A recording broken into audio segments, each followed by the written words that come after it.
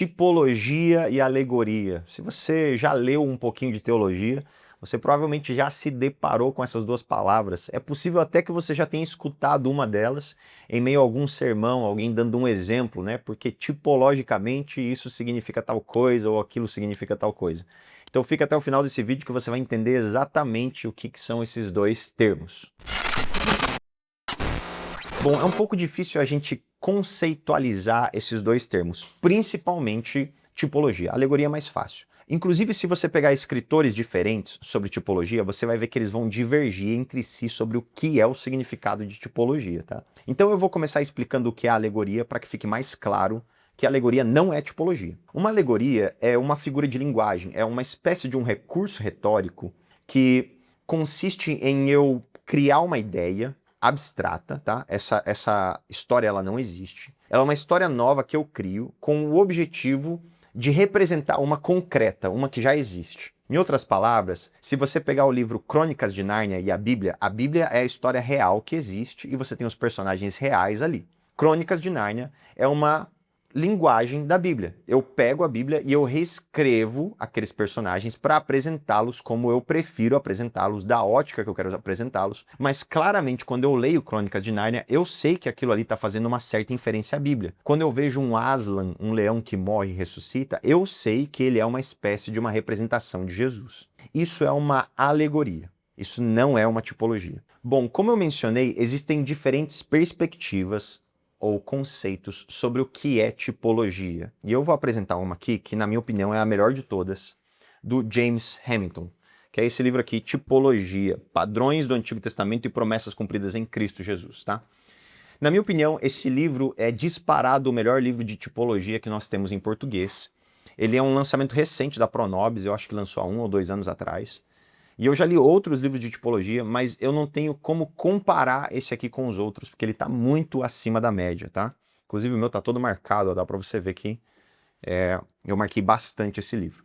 E o conceito que o James Hamilton dá aqui é o seguinte: tipologia é a correspondência histórica e a intensificação da significância entre pessoas, eventos e instituições ao longo da narrativa histórico-salvífico da Bíblia, ou seja, no contexto pactual, ordenada por Deus e pretendida pelo autor. Por que eu estou trazendo esse conceito aqui? Porque alguns outros escritores carregam a ideia de que tipologia é uma forma de interpretação. Por exemplo, esse outro livro aqui do do Leonhard Goppelt. Ele é um livro clássico de tipologia e eu sempre discordei da forma que ele definiu tipologia dentro desse livro. Por vezes, você tem a sensação de que ele está causando uma confusão entre tipologia e alegoria, e não apenas isso, mas ele trata muito a tipologia como se fosse um método interpretativo, enquanto não é. A tipologia dentro da Bíblia, ela não é uma forma de se interpretar a Bíblia, mas ela é uma forma que a própria Bíblia se predispôs a estar escrita.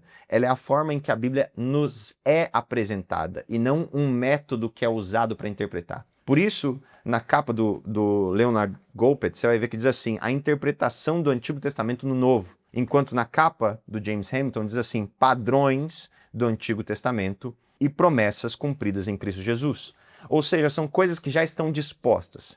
Que coisas são essas? Segundo James Hamilton, ele vai dizer que essas coisas são pessoas, instituições e eventos. Pessoas, instituições e eventos que acontecem no decorrer da Bíblia, mas que o primeiro momento em que acontece, não acontece para revelar o seu significado completo, mas para aparecer como uma espécie de marco que acabará ganhando novas significâncias, inclusive é a palavra que eu li ali, né? Como se esse evento, essa pessoa e essa instituição, no decorrer da escritura, ganhasse ecos, que aumentassem o seu valor.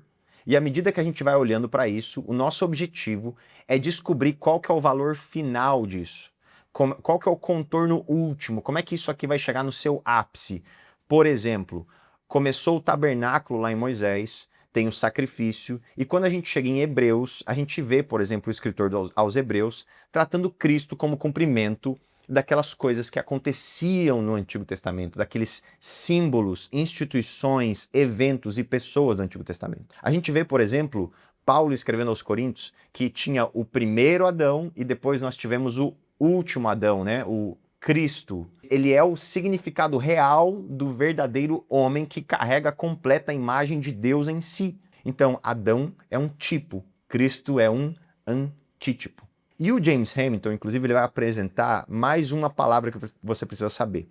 Tipo é a primeira, segundo James Hamilton, tipo é a primeira vez, a primeira ocasião que aquela pessoa, aquele evento ou aquela instituição aconteceu na Bíblia. E aí, no decorrer da Bíblia, você vai perceber que isso ganha ecos. Ele vai chamar esses ecos de éctipo. O que é o éctipo?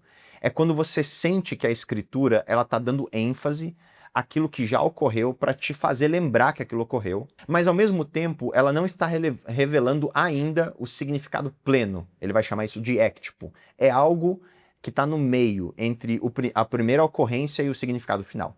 E depois ele vai chamar de antítipo, aquilo que é o significado pleno do tipo. Então, por exemplo, a gente tem o tipo Adão, a gente tem os éctipos de Adão, por exemplo, Noé, que é um homem que começa a nova terra depois que ela é resetada, e ele é um éctipo, Adão é o tipo, Noé é o éctipo, e Jesus Cristo é o antítipo, é o Adão perfeito. Então, você vai perceber uma série de desdobramentos tipológicos, principalmente dentro da carta aos Hebreus. Um texto muito bom para você entender o que é tipologia é o texto de Hebreus 10, do verso 4 ao 10, que diz assim: pois é impossível que o sangue de touros e bodes tire pecados. Por isso, quando Cristo veio ao mundo, ele disse: sacrifício e oferta não quisestes, mas um corpo me preparastes.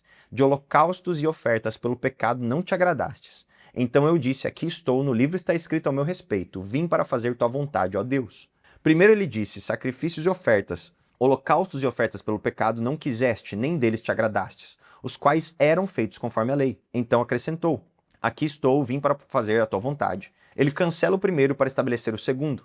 Pelo cumprimento dessa vontade, fomos santificados por meio do sacrifício do corpo de Cristo, oferecidos uma vez por todas. Então, o que o escritor aos Hebreus está fazendo aqui? Ele está nos mostrando que o antítipo de bodes e touros é Cristo. Bodes e touros, eles apareceram como um evento na Bíblia que servia como a limpeza, a purificação dos pecados que eram causados pelo homem, e eram rituais que, dentro do sistema de tabernáculo, serviam para uma purificação que não era suficiente. Então, como um tipo, eles não tinham um significado último em si mesmos. Bodes e touros não apareceram na Bíblia para ter um significado pleno em si, mas através da história salvífica da Bíblia, a gente aprende que esses animais estavam apontando para uma realidade superior. Cristo vem como um sacrifício perfeito que, morrendo de uma vez por todas, atinge o ápice do tipo. Ele é o antítipo, ele é a solução do tipo que estava em incógnita. E agora ele é resolvido na pessoa de Cristo, trazendo o significado completo dessa figura na Bíblia. Então, Cristo, por exemplo, é o cordeiro que tira o pecado do mundo. A gente vê João Batista dizendo isso logo no batismo de Jesus Cristo. O que ele está fazendo? Ele está servindo como o antítipo do cordeiro do Antigo Testamento. Então, para resumir, tipologia é aquele símbolo que aparece no Antigo Testamento na primeira vez. E ele tem apontamentos que fazem com que ele seja repetido em outros personagens, em outras instituições ou eventos, criando ecos no decorrer da Bíblia para que você perceba que ele é importante, mas ainda assim não alcançam sua plenitude, a não ser quando a gente chega no Novo Testamento e a gente percebe no próprio texto bíblico que aquelas coisas todas apontavam para uma realidade plena e completamente satisfeita na pessoa de Cristo, nas promessas que são completamente concretizadas nele. Isso é tipologia, tá bom? E é por isso que você precisa desse livro aqui do James Hamilton, porque ele não apenas traz esse conceito de tipologia que eu li, mas ele reescreve a Bíblia toda tipologicamente. Ele faz uma análise de Gênesis a Apocalipse, trazendo todos os possíveis significados tipológicos que você vai conseguir encontrar na sua leitura. E isso aqui facilita demais a sua interpretação da Bíblia, e não só isso, mas te ajuda muito a aprofundar nos significados do texto e da pessoa de Cristo, quando você faz os seus estudos, pregações e assim por diante. Que Deus te abençoe e te espero no próximo vídeo.